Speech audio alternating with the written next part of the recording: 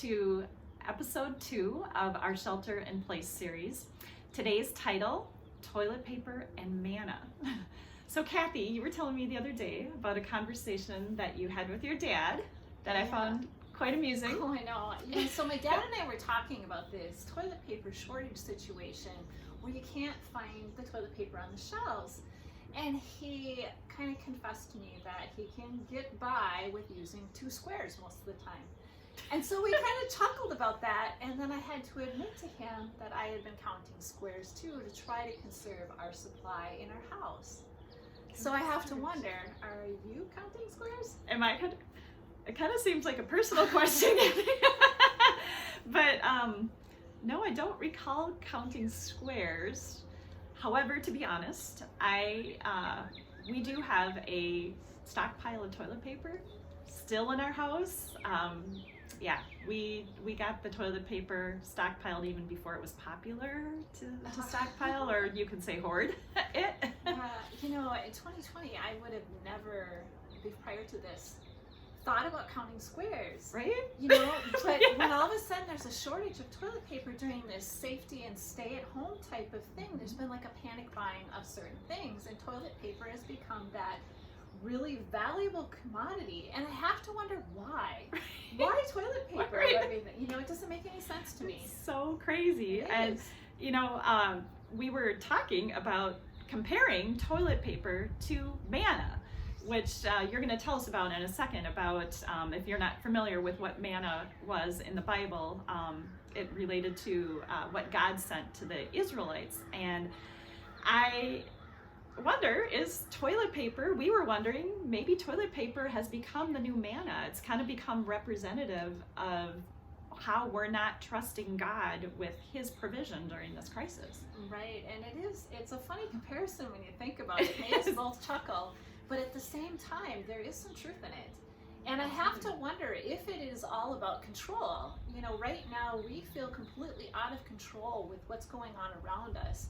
Just like the Israelites felt completely out of control as they were journeying to the promised land. And it's our control, our need for control.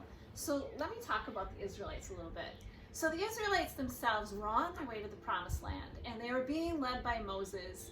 Well, actually, they're being led by God, and Moses had helped them to escape from slavery in Egypt. And they saw God, they saw his presence because he traveled with him in the pillar of cloud by day, he guarded over them by the pillar of fire at night, and he'd seen so many miracles. But yet at the same time, there seemed to be this lack of trust and wanting this need for control, because they didn't know where they were going, they didn't know when they were going to get there, they didn't know what they were going to eat. And God, in his amazing mercy and grace, was going to provide food for them every day. He was going to provide manna. And like Cindy mentioned, manna was this food that it was basically this gift from heaven, and it fell down from the sky and it was on the ground, and they were to go out every single day to gather this manna, and they were to bring it back just enough for their family, and it was a perfect food source. But they were only to gather enough for that particular day. They were not to keep it overnight, because God was planning to provide for them every single day. And it just kind of reminds me of, what do we do when, we're trying to control things? What did they do? Did they trust God to provide manna every day, or did they keep it in jars overnight? Did they hoard it and put it? They did hoard it, and so what they did was they kept it in jars overnight, not trusting that God was going to provide for them the next day. And when they woke up, that manna they kept overnight, that manna they hoarded, was disgusting. It was smelly, it was rotten, and it was filled with maggots. Ew. Yeah, I know, it's really gross. But it was such a tangible lesson to them that this is what happened when their lack of trust in God, this was the result of it, a tangible result of it.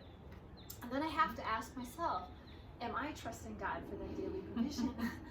Am I trusting him, or am I allowing the maggots of fear and worry? Those two usually go together. That could be fury. There you go. Fury. Fear and worry. Fear and worry Yeah. is fury. It's fury. There you go. There's a word for you. But that that lack of control, is that dominating my thoughts, my, daily actions? And then I just have to wonder about that. Am I allowing that to destroy my trust in God? The Israelites themselves, they did learn to trust God in providing that daily food every day. And so then I have to wonder, what is it that I can do, that we can do to trust God for that daily provision, even our toilet paper every single day? What should we do?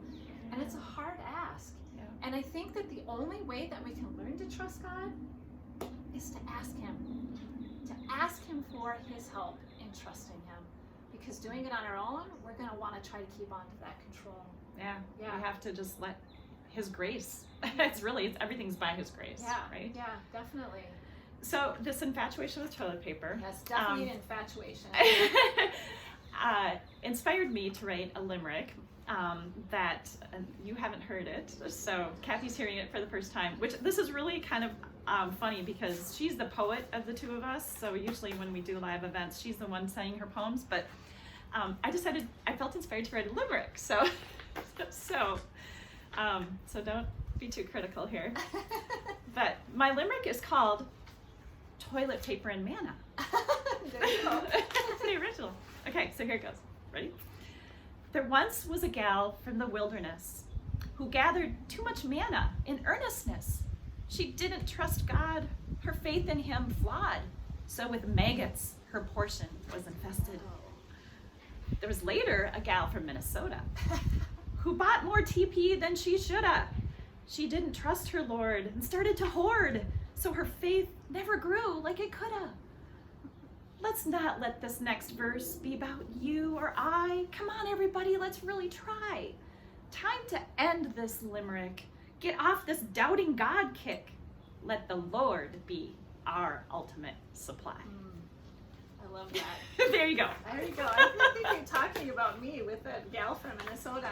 Oh, that'd be me too. Yeah. And as we learn to trust God, I think one way we can do that is through prayer. Psalm 90 was written by Moses, and it kind of documented the journey that the Israelites went through. But there's one verse in there that's just a prayer that we can utter every single day. And it's verse 14, and I'll read that to you. It says, "Satisfy us each morning with your unfailing love, so we may sing for joy to the end of our lives." We could pray this, Lord, satisfy me this morning with your unfailing love, so that I may sing for joy to the end of my life, so that God can then teach us that He will satisfy us every single morning with His unfailing love. And as we learn to trust Him, may we be blessed with a sense of peace as we experience His daily provision in our lives, even to our supply of toilet paper. Amen. Bye, everybody. God bless. Confidence in my Savior, joy and confidence in my Lord, like a spring of flowing.